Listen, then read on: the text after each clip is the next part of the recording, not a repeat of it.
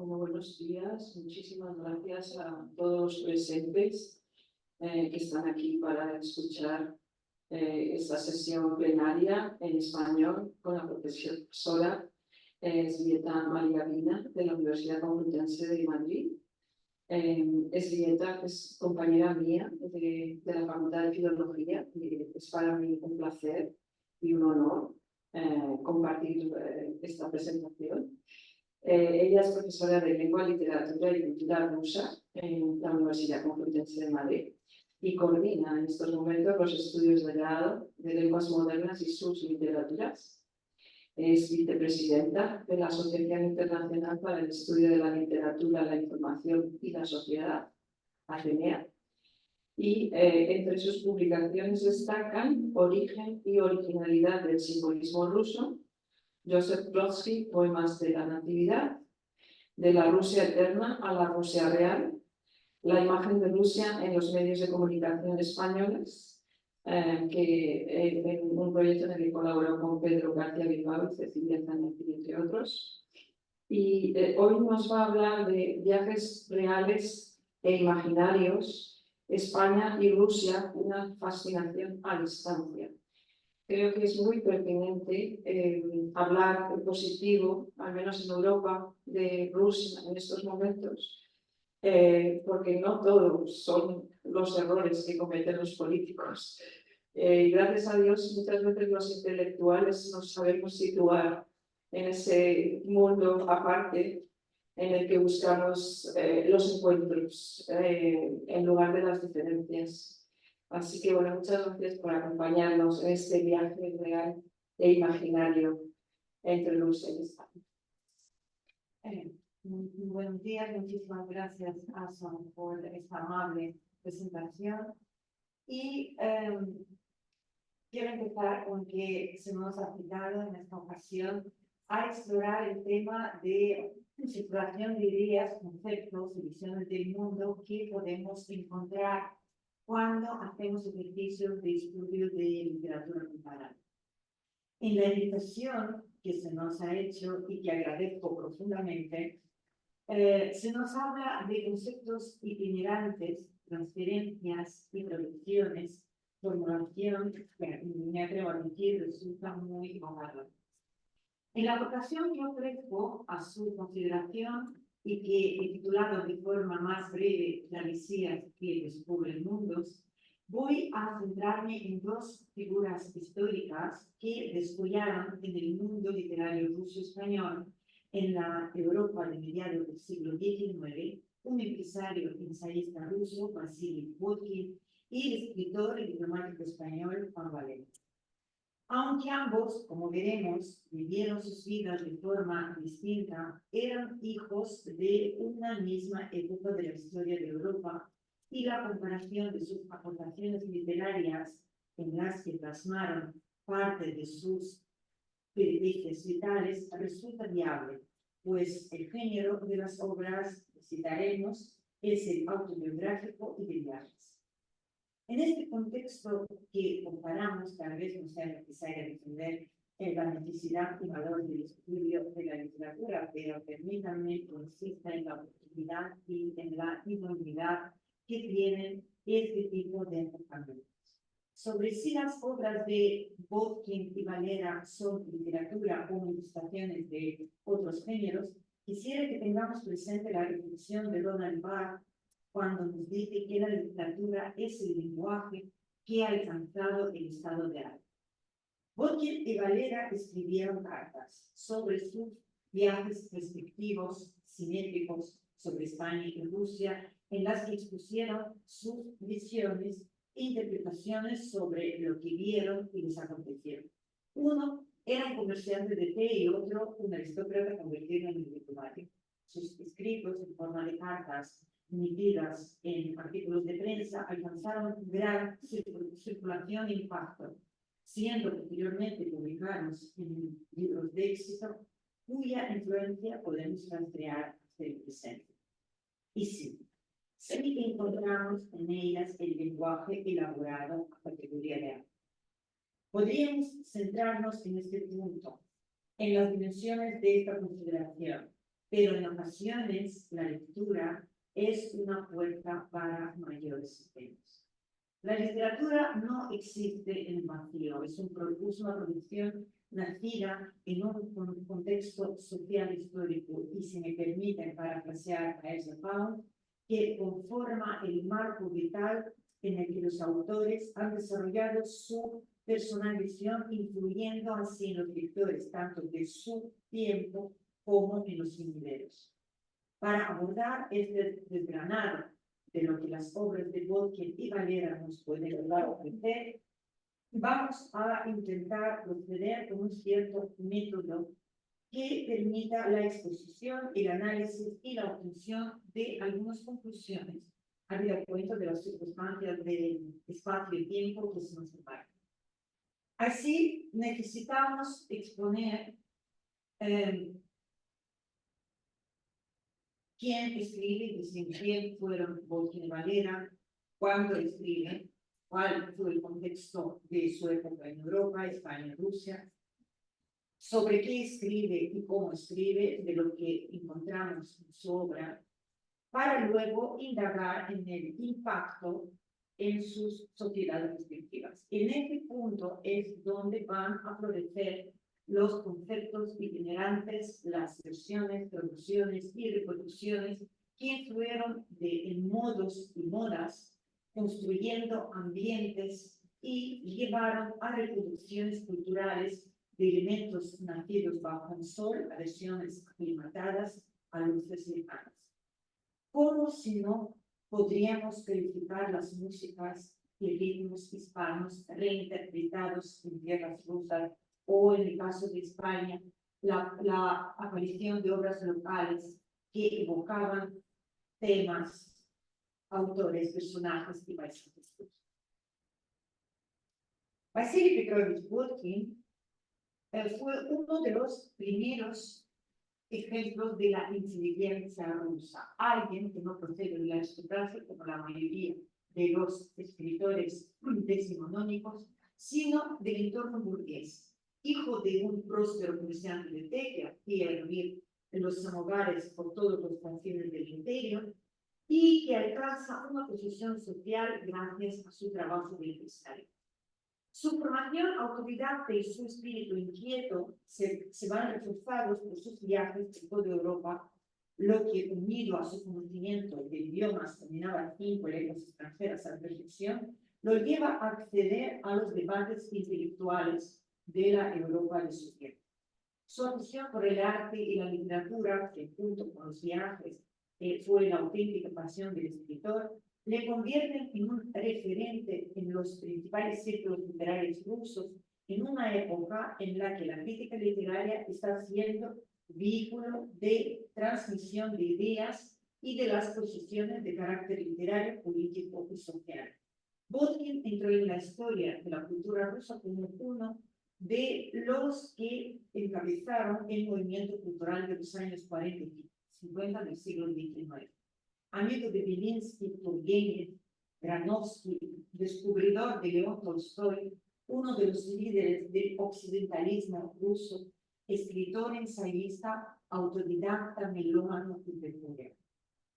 El viaje de Botkin a España, las impresiones de la cual fueron posteriormente recogidos en el libro más afamado del escritor, de Cartas sobre España, se lo debemos al fracaso matrimonial de su autor. El 1 de septiembre de 1843, Vasily Petrovich se casó con Armène Sismirio-Rouillard, una joven etiqueta madista de Perón, con la que se embarcó a París en una luna de miel. Las grandes diferencias entre los cónyuges que se destacaron al más tapar el barco aceleraron la separación que llegó antes de acabar el mes de rigor. Botkin, en búsqueda del consuelo, primero marcha a Italia, luego viaja por Francia y ya en verano de 1845 entra por Andaya en la tierra española. El itinerario de su viaje fue el siguiente. Primero visitó Irún, Vitoria, luego Burgos, bajó a Madrid, atravesó La Mancha y llegó a Córdoba, conoció Sevilla, Cádiz, embarcó a Gibraltar y llegó hasta Tánger para volver a Málaga y luego subir a Granada y quedarse prendado por su alama. El viaje duró unos 3 meses, desde el 11 de agosto de 1845 hasta los últimos días de octubre de aquel año, aunque Botkin quiere hacernos creer que más y de esta forma ganar credibilidad. La obra de Botkin la componen 7 cartas. Las primeras 6 aparecieron publicadas entre 1847 y 48 por Belinsky en la revista más influyente del siglo XIX ruso, que es la revista El Contemporáneo. Y en 1851 aparece la última, la 7ª carta dedicada a Kant. Y como volumen aparte, cartas sobre España desde 1857 hicieron célebre aquel mercader de té que se convirtió a los ojos de la Rusia culta, según Herzen, en un andaluz de Maroseca. Maroseca es la reina natal. Las misivas se enriquecen con las aportaciones directas de la literatura española, en especial poesía, que traduce el mismo Botkin. Tenemos así a un intelectual ruso, un buen conocedor de su propia tradición, que mantiene un contacto directo y profundo con el pensamiento occidental, lo que le permite apreciar con una perspectiva particular las realidades rusa y española. Es el primer ruso que viene a España, habiendo aprendido previamente su idioma, se informa en numerosas fuentes literarias, históricas, económicas y comerciales de la época y luego publica sus impresiones literarias sobre España, abriendo un camino de interlocución directa entre estos dos países. Juan Valera y Alcalá la llaman un escritor diplomático político español, hijo de un oficial de la Armada y la marquesa de Cañega, que a causa de la oposición de su madre que siguiera el camino de armas de su padre, estudió filosofía y derecho en la Universidad de Granada. Valera fue él mismo un personaje novelesco, zarandeando por las intrigas de los despachos políticos y los salones de la alta sociedad europea de la segunda mitad del XIX.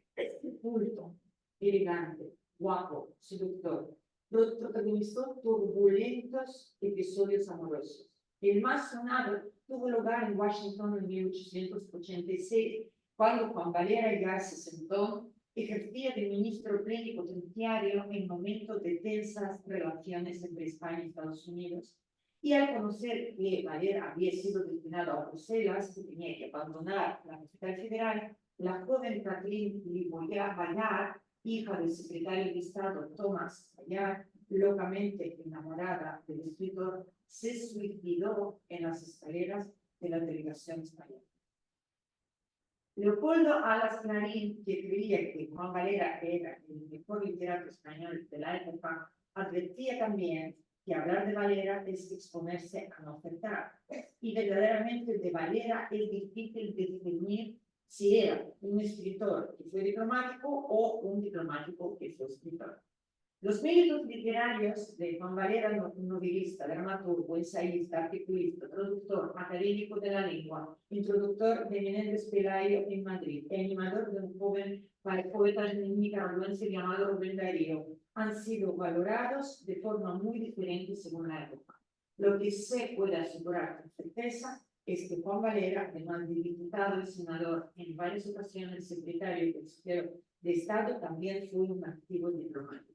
Y cuando el 30 de octubre de 1856 Juan Valera recibió el despacho real de su nombramiento como secretario de la misión extraordinaria del duque de Osuna de felicitar en nombre de Isabel II al Alejandro II, recién coronado zar de todas las Rusias, don Juan ya no era relevante en la carrera diplomática. Su experiencia en este campo ya contaba con 4 misiones, primero en Nápoles, luego en Lisboa, más tarde en Río de Janeiro y Dresde.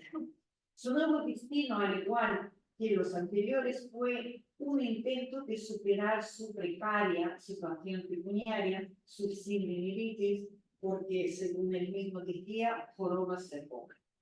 Así, a sus 33 años, Valera llegó a Rusia y desde ahí mandaba cartas a su jefe de la Secretaría del Ministerio de amigo Leopoldo Augusto de Coelho. Estas cartas, que llevaban ambiente de lianeta y compadreo tan propio de las esferas oficiales del siglo XIX español, sorprendieron a su destinatario y le parecieron dignas de ser publicadas, y una vez puestas en circulación y sacadas en los periódicos, se convirtieron en noticia, casi en un chismorreo sobre la estancia de la comitiva del duque de Osuna en el exótico ambiente de Rusia.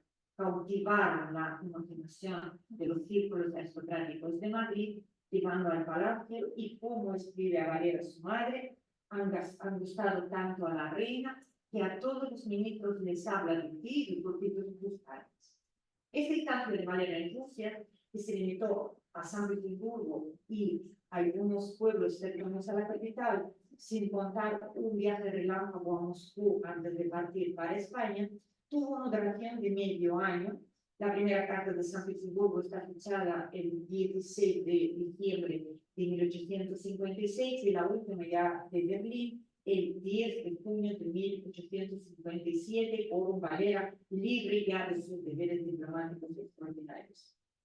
De la correspondencia de Valera desde Rusia disponemos de 45 cartas. En un principio las cartas fueron publicadas con algunas alteraciones y cortes en la Gaceta de Madrid, luego en las otras completas y después salieron ya en 3 ediciones respectivas. En las cartas desde Rusia, una obra menos conocida que la afamada Pepita Jiménez, el genio de Valera brilla con plena intensidad y son calificadas por Manuel Azaña como literalmente excepcionales, que conforman un extraordinario libro de viajes. Por cierto, es curioso el hecho de que nuestros viajeros se conocieron personalmente en Salzburgo, de lo que tenemos constancia en una de las cartas de Valera, donde él dice que he conocido a varios literatos y periodistas rusos, entre ellos a Botkin, que estuvo en España y luego ha publicado en cartas sus impresiones de viaje. En la larga conversación que tuve con él, observé a sí mismo que era hombre de buen gusto literario y de varia erudición. Entre estos dos viajes hay 10 años de diferencia. ¿Cómo podríamos expresar en pocas palabras una época tan compleja como esta década de la historia de Europa entre 1845, cuando Botkin viaja por España, y 1857, que ve a Valera en Rusia? El empeño se nos hace fácil si reparamos en la fecha tan central como 1848. Cuando en este año se produjo lo que se llamó la Revolución de las Naciones, lo que asistió a Europa fue a la pugna entre los liberales y conservadores en un pulso que acabó con la derrota de las revoluciones, pero al tiempo con la transformación de los estados en sistemas constitucionales nacidos del acuerdo entre la burguesía y la aristocracia. En este esquema, en el que vamos a encontrar en los principales países occidentales, España y Rusia aparecen como situaciones idénticas. Pero la España de 1845, que visita Botkin, había sido la precursora de toda Europa de la Revolución Liberal de 1812. Y esta pugna, que no se había resuelto todavía, continuaba. Por lo tanto, Botkin pudo asistir a los enfrentamientos y movilizaciones de los liberales para intentar alcanzar la consolidación del Estado liberal en España.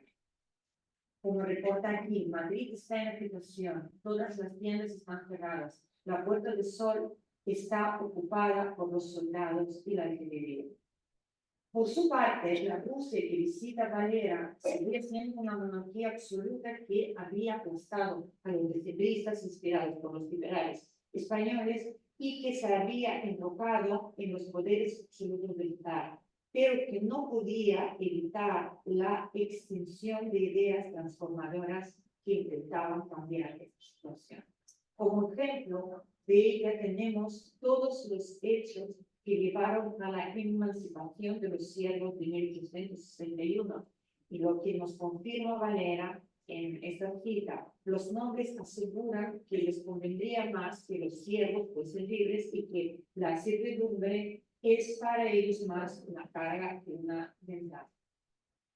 Pero más allá de la política, esa época central del siglo nos habla del triunfo imparable de una sociedad completamente nueva, la sociedad industrial, con enormes transformaciones sociales y económicas, con el ascenso de nueva clase social, fruto de la época, que es la burguesía industrial, de la que proviene Botkin, y el proletariado.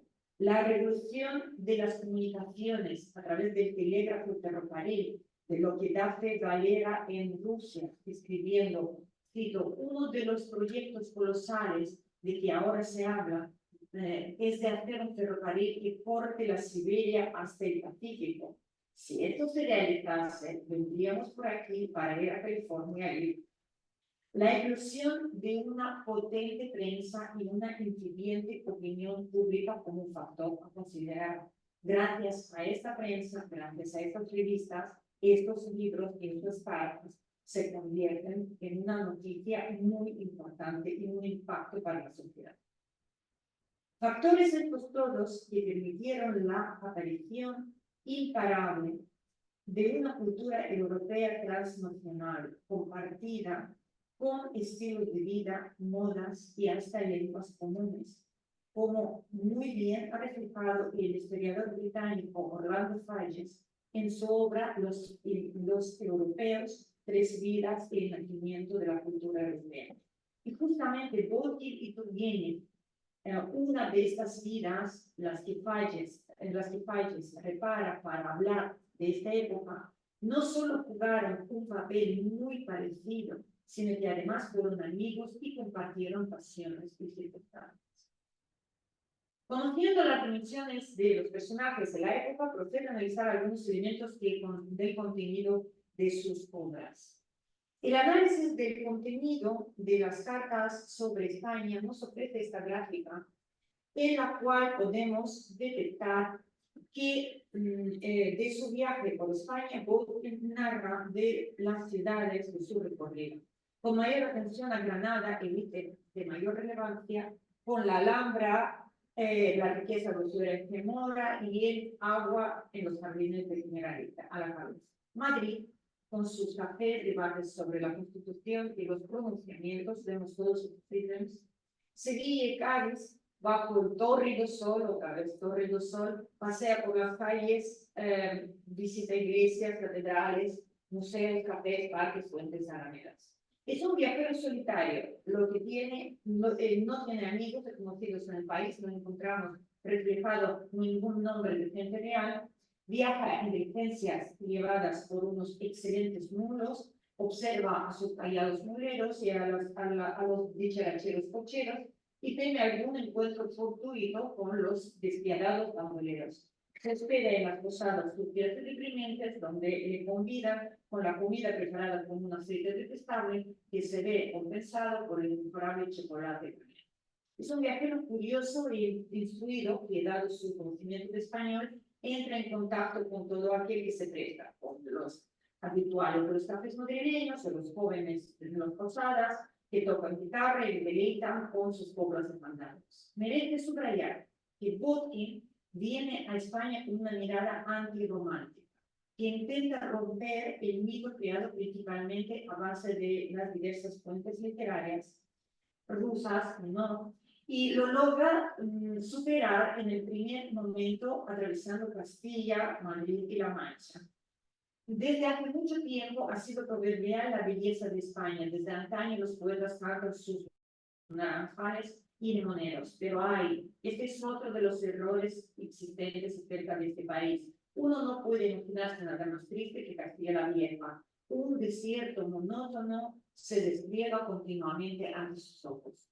Pero en cuanto el viajero se traslada al sur, el impacto del Mediterráneo, de Cádiz, Sevilla y Málaga, lo llevan a la redención y le hace reconocer que este vergel exótico soñado por los románticos existía. Y visto la naturaleza de Italia y Sicilia, pero en España su belleza tiene un carácter totalmente distinto. Aquí es grandiosa, inmensa. menos pintoresca, pero en cambio infinitamente más poética. En Granada, su reiterada búsqueda de la expresión última de su imagen de España en conjunto se resuelve en la frase grandiosidad, voluptuosidad, grandiosa voluptuosidad y felicidad. Pero no, es imposible transmitir esta belleza. Y todo lo que estoy escribiendo aquí no son más que frases vacías. Además, ¿acaso es posible describir con precisión aquello que hace feliz al alma? Ay, si toda mi vida transcurriera en esta felicidad. El contenido de las cartas ofrece una visión de múltiples facetas de la vida española, desde mostrar el paisaje geográfico urbano, los ítems exuberante, vaporoso y sofocante, a los habitantes del país y los rasgos de carácter nacional, cortesía, orgullo, despreocupación, privacidad, y las costumbres y los atavíos tradicionales, mantilla, capa, abanico, pasando por los tipos característicos identitarios, los majos, las cigarreras, las manolas, los maragatos, los aguadores, los contrabandistas, los matadores y banderilleros, las impresionantes mujeres que poseen un color de tez particular, el color bronce, y cuyos ojos brillan incluso en la oscuridad, hasta las últimas noticias políticas de la compleja vida de la España liberal, los ítems extranjero, constitución no. Por supuesto, Botkin indaga sobre los elementos de contraste, tratando de explicar aquello que los articula. Los ítems, vivienda, poesía, sainete, fandango, arquitectura, Murillo, revelan la notoria sensibilidad y profundos conocimientos de literatura, música y arte del autor. Y sus cartas se llenan de un amplio material de carácter histórico, Olavide, Borbones, Boabdil, Abencerrajes, material artístico y literario que convierte este libro en una pieza singular sobre un país singular, dado que Botkin, según Botkin, España es ante todo original. España, qué refugio para la gente a quien le aburre Europa. Aquí no solamente la naturaleza es original, también la vida tiene un aspecto diferente que en otras partes. Botkin tradujo y preparó para su libro un compendio de poesía española, lo que representa otra faceta distinta de sus cartas. Él mismo lo divide en canciones populares, obras de fandango, romances y novelas hispano-humorísticas. País de leyendas históricas. ¿Qué otro pueblo venera con semejante apego a la memoria de sus héroes? Por las traducciones de las coplas, en especial de esta, de Bretón de los Herreros, en la cual Basili interpretaba con frecuencia en el círculo de sus amigos, ha hecho franja de veludo en la terciada mantilla, aire recio, gesto crudo, soberana pantorrilla. Alma atroz, sal española, alza ola, vale un mundo, mi Manuel. Pues cantaba, nada más venir de España, en todas las reuniones esta copla, y por la cual sus amigos le galardonaron con el apodo Guillermo Pierre Soberano Pantorrilla. Debemos remarcar que en comparación con otros viajeros literatos por España, que ha habido muchos, Botkin es un experimentado empresario que presenta en sus cartas un detallado análisis de la desastrosa situación económica del país e intenta explicar sus causas, documentando y confirmando su argumentación a base de sus propias indagaciones y los informes de los economistas ingleses, franceses y alemanes. Por su parte, el viaje de Juan Valera, que se expone en sus cartas, relata sus peripecias vitales en San Petersburgo en pleno invierno de 1856-57, en calidad de secretario de la misión extraordinaria. Haciendo el análisis del contenido que nos ofrece esta gráfica, podemos detectar que el ítem más relevante es el duque, dado que la misión de Valera fue acompañar a su jefe, por lo tanto, el duque de Osuna se convierte en el protagonista absoluto de sus misiones. Además, está presente el nombre de su jefe de secretaría y destinatario de las cartas, Leopoldo Augusto del Pueblo. No podemos obviar la cantidad de nombres propios que aparecen en la gráfica, todos ellos pertenecientes o al círculo del duque de Osuna, como el coronel Quiñones, por ejemplo, el rival de Valera en relaciones con su jefe, o al círculo muy ligado, príncipes, bellas damas y los embajadores de la aristocracia rusa, entre los cuales, dadas las circunstancias, Juan Valera se movía en Rusia. En España se queja la gente de los muchos generales que hay y de que todos se meten. A Rusia habrían de ir los españoles para quejarse con motivo. Más generales hay que príncipes, y los príncipes abundan de tal manera que casi se puede afirmar que son la tercera parte de las personas que no se alimentan exclusivamente del abominable brebaje llamado kvass y de los nauseabundos pucheros negros y caldo de coles y cerdo. También destacan en la gráfica los nombres del emperador Alejandro II, cuyo reinado entró en la historia de Rusia como la época de las grandes reformas, la reforma más importante, liberación de los siervos, por lo que este zar recibió el apodo de libertador. El príncipe Gorchakov, ministro de Negocios Extranjeros, el futuro canciller ruso, con quien, por supuesto, tuvo contacto constante la delegación de duque de Osuna, y al cual Valera le galardona con el epíteto de águila, con Gorchakov es un águila, y de marrullero, que aunque hable de zanahorias, lo hecho de hombre profundo. Otros personajes de la corte de Alejandro II, como el príncipe Mikhail Golitsyn, futuro ministro plenipotenciario en Madrid, un bibliógrafo muy docto, que tenía una de las mejores bibliotecas de la capital de aquel entonces. También el escritor y teólogo Muraviov, el poeta Sobolevsky y nuestro doctor viajero Bokin, que también aparece en la gráfica. Y Willem Toyson nos indica a la cuestión de intercambio de condecoraciones, una de las claves de aquella misión extraordinaria. Se observan tan solo dos nombres de ciudades con la prevalencia absoluta de San Petersburgo sobre Moscú. Quitando los ítems más destacados, sale a la palestra los términos iglesia, palacio, teatro, museo, bailes, manuscrito, Kremlin, que revelan los espacios frecuentados por Valera.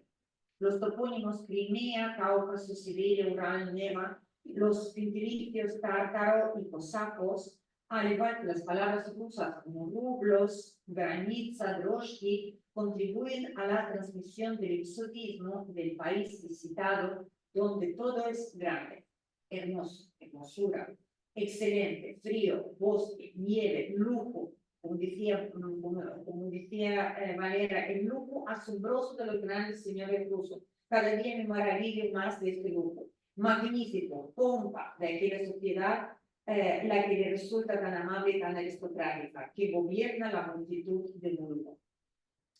Perturbado por la inmensidad y la grandeza de aspecto de San Petersburgo, Valera no consigue encontrar ahí las casas de la gente sencilla.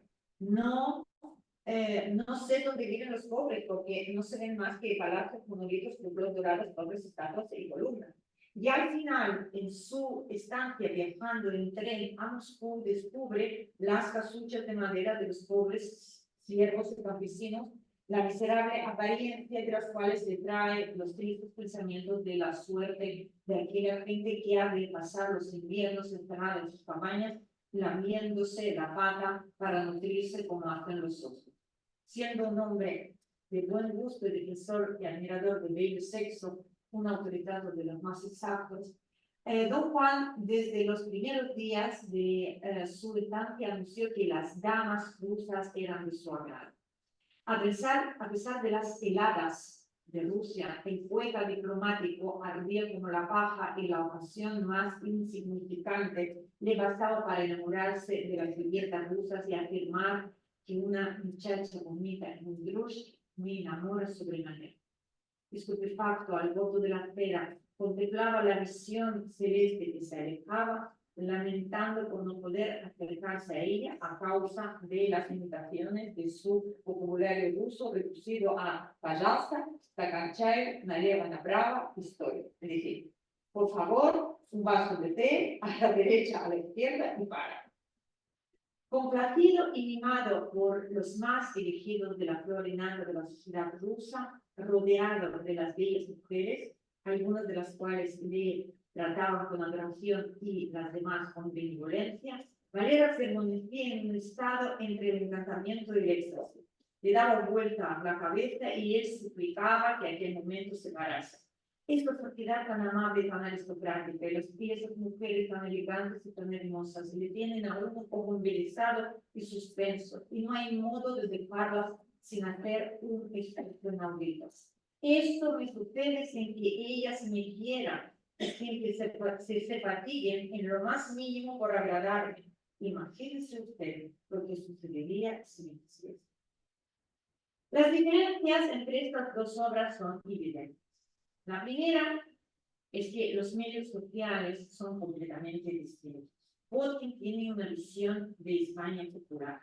Este viajero busca la inversión y intenta mezclarse con la gente por la calle. Él está fuera del círculo de poder y de la aristocracia. Por lo contrario, a través de Valera descubrimos la aristocracia rusa y urbana. La segunda diferencia se refiere a la naturaleza del texto. El viajero ruso no solo cuenta lo que ve, sino ofrece una interpretación a base de múltiples lecturas. En cambio, Valera nos narra las aventuras de Duque de Osuna en el exótico ambiente de Rusia, de las cuales es el testigo y partícipe. ¿Cuál ha sido el impacto que va a tener la publicación de estas obras? El primer impacto es fácil de medir. El éxito de las publicaciones en el mundo editorial lo determinan las ediciones y las reediciones del libro. Y podemos observar que estos libros son varias veces reeditados y, curiosamente, en los años 2000 hay reediciones. El libro de Botkin se reeditó 2 veces en los años 2000, el libro de Valera también, una vez. Para determinar el segundo, el impacto social y cultural, debemos rastrear distintas formas de este impacto. Aquí nos vamos a fijar no solo en los ecos de las cartas en otras obras literarias, sino en otras manifestaciones artísticas como danza, música, pintura, y las manifestaciones más efímeras, como es moda y la vestimenta. Valera, desde luego, no es el primer contacto con Rusia, pero sí es el primer contacto que pudiéramos llamar moderno en el inicio de la España contemporánea. Ha de tener en cuenta que la aparición de las cartas desde Rusia, la primera obra literaria sobre Rusia en España escrita por un testigo directo, coincide con la introducción de la gran literatura rusa que se hace a través de la mediación francesa, de donde proceden las producciones de los grandes autores. En este sentido, Valera es un complemento perfecto porque pone en contacto del testigo que ve en primera persona la Rusia real en el momento en que podemos encontrar la presencia de los rusos. Como manifestaciones del interés por lo ruso, vemos las conferencias de Emilia Pardo Bazán y de Emilio Castelar en los ambientes privados de la burguesía culta en el Ateneo de Madrid, del que Valera es socio también. Además, a través del movimiento obrero de la Primera Internacional, los españoles se ven muy influenciados del pacifismo de Tolstoy y del anarquismo ruso de Bakunin. Pues, con todo eso, Valera nos ofrece un contacto directo y personal que permite una visión espontánea del mundo ruso, el mundo que empieza a aparecer en los ambientes cultos de la burguesía sofisticada y círculos literarios, y que sin duda influyen en el conocimiento casi exclusivamente vicario de la cultura rusa existente en España. Además, sus cartas también fomentan el desarrollo de los escritos pseudo-rusos, cuerpo disperso y nada despreciable. Este fenómeno Incluye obras literarias con protagonistas rusos o ambientadas en el populoso país lejano y composiciones dedicadas o apostrofadas a personajes de la historia o de las letras rusas. De entre los que crearon tales obras, algunos lo hicieron con toda la seriedad, otros en broma, como Ramón Gómez de la Serna en su María Yarsilovna, en falsa novela rusa. Encontramos escritores pseudo-rusos en casi todos los géneros. Y si tales obras se crearon en todas las épocas, el modernismo fue el momento cuando se nota una mayor propensión hacia lo ruso. Parece que precisamente entonces se registró cierta moda rusa. Y no ha de sorprender que escritores como Jacinto Benavente, Santa Rusia, o Darío o Borges experimentan el culto de crear algo ruso.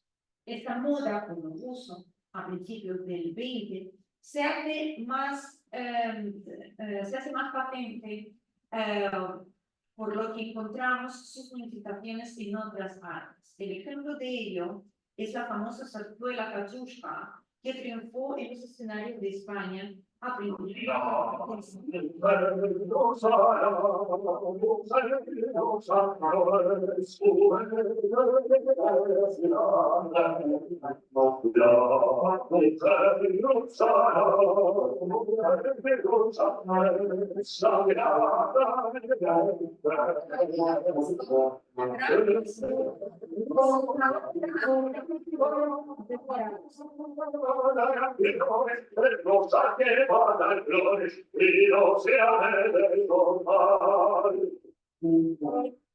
Sin embargo, podemos afirmar que la influencia de lo español en este periodo es de mayor alcance que de Rusia en España en la misma época. La obra de Botkin se expande mucho, pues España es un compendio de lo exótico en el extremo de Europa y su impacto está suscrito a los medios puntos de la aristocracia rusa y lo quisiera evitar. España representa un país extrañamente simétrico a Rusia, pese a estar situado en el otro extremo de la diagonal europea, según la afortunada definición de Ortega y Gasset.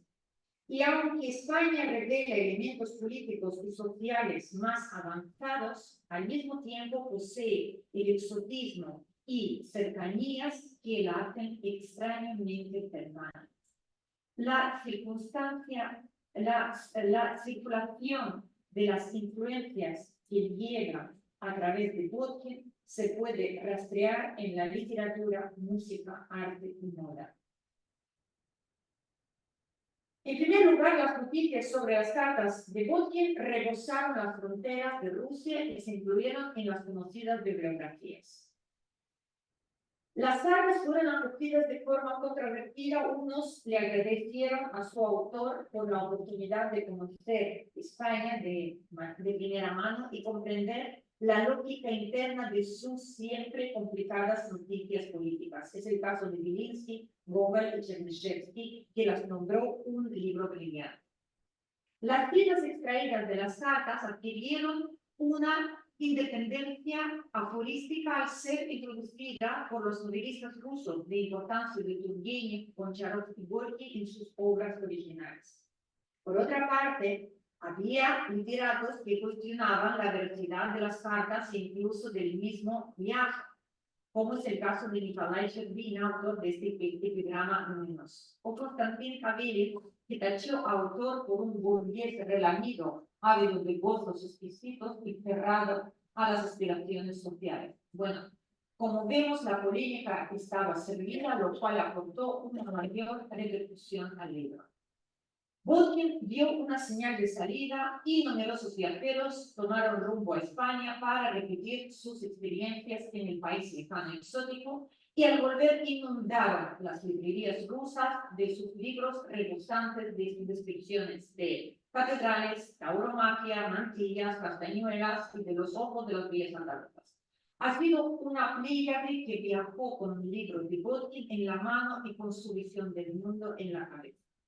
El impacto de las cartas sobre España en la opinión pública rusa ha sido de tal envergadura que el académico Mikhail Alexeyev ya en el siglo XX lo describe como un libro que recibió un reconocimiento unánime como una de las mejores obras rusas sobre España. Sirvió de fuente de información diversa sobre aquel país, contribuyó a la ampliación del horizonte espiritual del lector ruso a mediados del siglo XIX y que tuvo una influencia fuerte y duradera en Rusia. A partir de las cartas sobre España empezó el hispanismo científico en aquel país. Las cartas sobre España despertaron una auténtica pasión por lo español que influyó en el deseo de verse retratado como tal, un traje español, como la obra de Alexei Briansky, o de Elena Palenova, o de Alexei Viniciana. Las revistas literarias se llenaron de poemas a la española inspirados en las cartas. Así que pasados 10 años después del viaje de Botkin, la situación se ha visto desbordada, lo que se describe en este poema satírico de Kazma Prudkov, bajo el nombre del cual se escondían 4 escritores de la época, que se titulaba El deseo de ser español.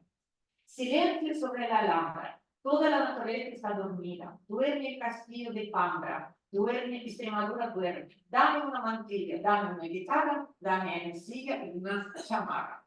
En este lugar sereno, si soy de su agrado, de noche cantaremos una serenata. Estaré a su disposición para divagar sin vivir del duelo, de la pasión y del guadalquivir, de sonrisas, de miradas del eterno ideal, de castañuelas, de toreros y del historial.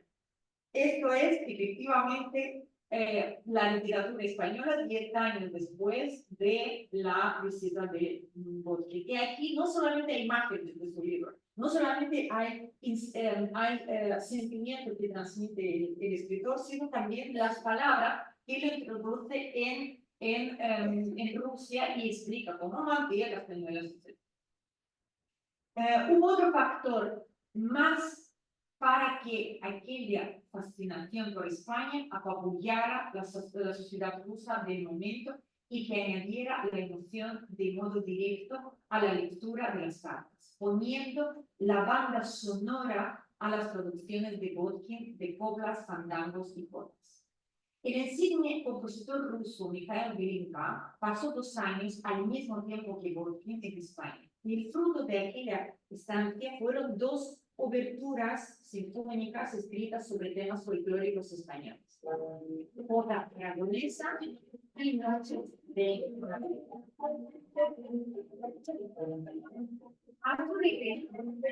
Glinka compartió sus vivencias madrileñas con Mila Balaguer, al cual inspiró en ellas y, animado por las lecturas botkinianas, Balaguer compuso su serenata española.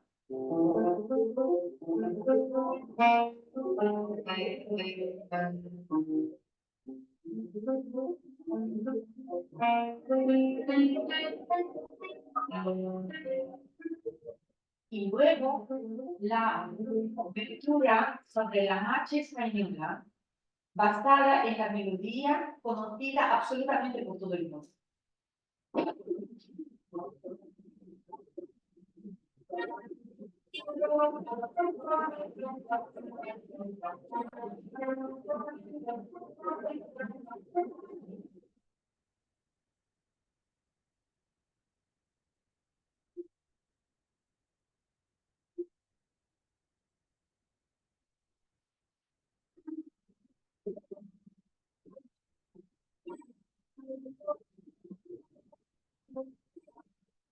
A de Balaguer le siguió Anton Rubinstein y su poema sinfónico Don Quijote, y a Rubinstein le siguió Nikolai Rimsky-Korsakov con su capricho español,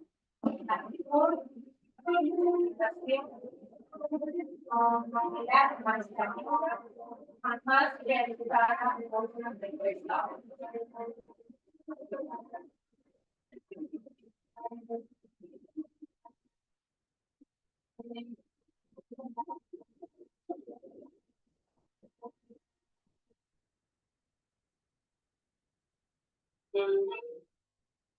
Estudió la efectiva de Ives Valencia.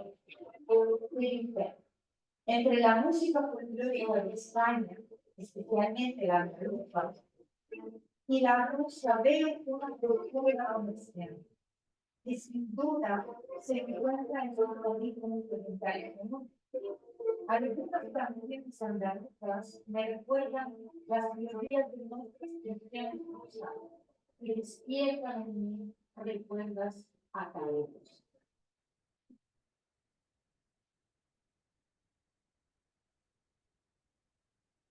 Y el broche final en el siglo XIX pone, como no, Piotr Tchaikovsky con su danza española, incluida en uno de sus ballets más célebres, El Cascanueces, donde la presencia española sume la música, el movimiento, la danza, el traje, el decorado y el cuerpo.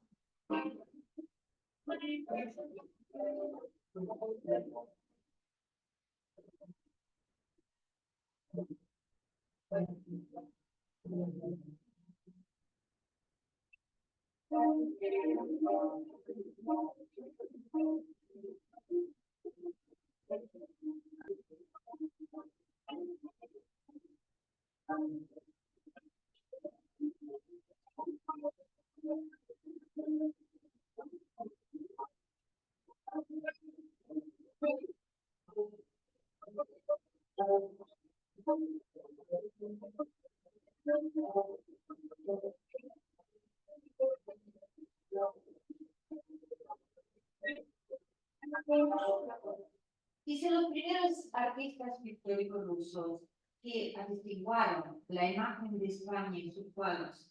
Proponían sus versiones inspiradas por las fuentes literarias o musicales, como en el caso de Alexander Golovin y su decorado para la Jota aragonesa de Glinka, que vemos aquí. La peregrinación viajera de artistas rusos a las pintorescas costas de España comenzó justamente a partir de las cartas de Botkin a finales de la década de 1840 y fueron muchos que sucumbieron a la tentación. El primero era Graf Sarotin, que en este cuadro da fe de la tan amada por Botkin Alhambra, que existía efectivamente, aquí la vemos, o al igual que los gitanos jóvenes y mayores que cantan coplas y bailan fandangos. En la misma época, Iván Aivazovsky, el más destacado nacionalista ruso, atestigua en sus lienzos la belleza de las costas de Málaga y de Cádiz, y a finales del siglo XIX, España está visitada por los artistas más destacados de Rusia. Aquí vemos los bocetos de Ilya Revin, el impresionista Konstantin Parovin, el principal maestro de decorados teatrales de Moscú, preparando las producciones de la ópera Carmen y del ballet Don Quijote, se deleitaba con la vida nocturna de Madrid, sus tabernas, ballets y terrazas. El artista polifacético, poeta, pintor, ensayista Maximiliano Voloshin dejó varios diarios con las descripciones de sus 2 viajes por España, llenos de poemas, bocetos y dibujos singulares, como este que se titula España, un arroyo, Oeste, convento junto al lago Negro. En verano de 1910, Piotr Konchalovsky y Vasily Surikov, viajando juntos por Andalucía, realizando una serie de dibujos de acuarelas y vagando por las callejuelas descritas en las cartas de Botkin, como estas, las de Sevilla y Granada, las acuarelas de Surikov, o descubriendo al público ruso el perfil de los románticos con estas palmeras de Konchalovsky. Tras este viaje, Konchalovsky reconoció que finalmente había conseguido hallar el dominio del arte de color sintético y simplificado. Los artistas de esta época de nuevo recorren la Alhambra, como Roman Klein, reviviendo las experiencias de sus precursores directos, lecturas botkinianas y pinturas de Graf Sarotin, que vimos, las calles de Córdoba y de Toledo, y algunos de ellos, como Alexander Yakovlev, amplían la geografía de sus peregrinaciones, incluyendo la impresionante Mallorca, y Ana Fraumo va descubriendo la sorprendente arquitectura de la casa de Segovia.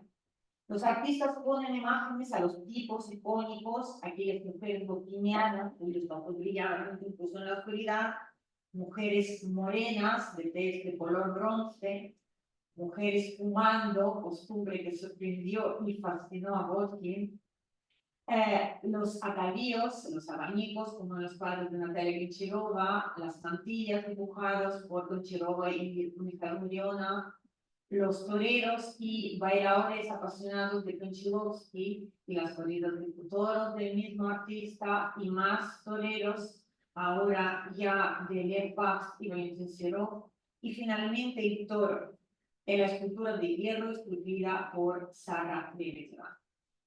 A principios del siglo XX aparecieron numerosas producciones teatrales, ciclos poéticos y novelas sensacionalistas cuyas acciones transcurrían en escenarios españoles, para los cuales los artistas de mayor prestigio realizaban bocetos y decorados de trances, como vemos aquí. Al mismo tiempo y de modo paralelo, en Rusia podemos observar el desarrollo y la circulación de imágenes y obras originadas por los mitos relacionados con el Quijote, Don Juan y Carmen, que obtienen un carácter casi generalizado no tan solo para las letras rusas, sino también para la música, el ballet, las artes pictóricas y plásticas en su totalidad, el teatro y el cine. Y aunque estas transferencias exceden las fronteras de la presente Constitución, me resultaría imposible obviar su presencia, dado que también forman parte de las cartas sobre España de Constitución. Llegados a este punto, podemos aventurarnos a ofrecer algunas conclusiones. La comparación de las aportaciones literarias de Botkin y Valera nos permite concluir que el contacto directo con la realidad, expresado a través de un medio literario, puede llegar a tener una gran influencia. Botkin no solo nos cuenta sobre su viaje, sino que ofrece una interpretación ensayística de las realidades de que es testigo. Valera, por su parte, tiene una visión mucho más subjetiva, donde los aspectos irónicos y su explicación van a tener un gran impacto en el lector. Para poder determinar el movimiento necesitamos, como la física nos enseña, determinar puntos de referencia. Sin ellos no podemos reconocer ni dimensiones ni velocidad de un objeto. En literatura los puntos de referencia pueden ser múltiples, pero en nuestro caso los podríamos agrupar en dos tipos: la realidad, de lo que nos habla la acción, y la comparación literaria con otras obras y autores. La comparación de las aportaciones de Botkin y Valera nos permite contextuar mejor la época de la historia de Europa en que vivían, porque fueron testigos directos que además hicieron un esfuerzo por comprender y explicar aquello que vivieron. La comparación literaria trasciende las fronteras de lo artístico y es claramente una aportación a tener en cuenta en los estudios culturales, históricos y sociológicos, puesto que la literatura actúa como un hub, como un diseño, es decir, como un intercambiador, como un espacio al que llegan todas las miradas y del que salen montones de posibles influencias. Las aportaciones de Botkin y Valera permiten al mismo tiempo comprobar cómo, pese a las diferencias entre España y Rusia y la multiplicidad de formas que presenta la Europa de su época, existe una cultura compartida, transversal, que nos habla de la existencia de una sociedad europea que tiene múltiples manifestaciones, de las que España y Rusia son parte sustancial. Botkin y Valera son instrumentos y actores de construcción de un ambiente de su época en sus países respectivos, ofreciendo pinceladas sobre los mundos a los que han tenido acceso, de manera que en el gran fresco de la sociedad de su época, la española o la rusa, van a haber notas de color que tienen que ver con un país lejano, que a lo mejor quizás no lo sea tanto. Pues muchas gracias por su atención.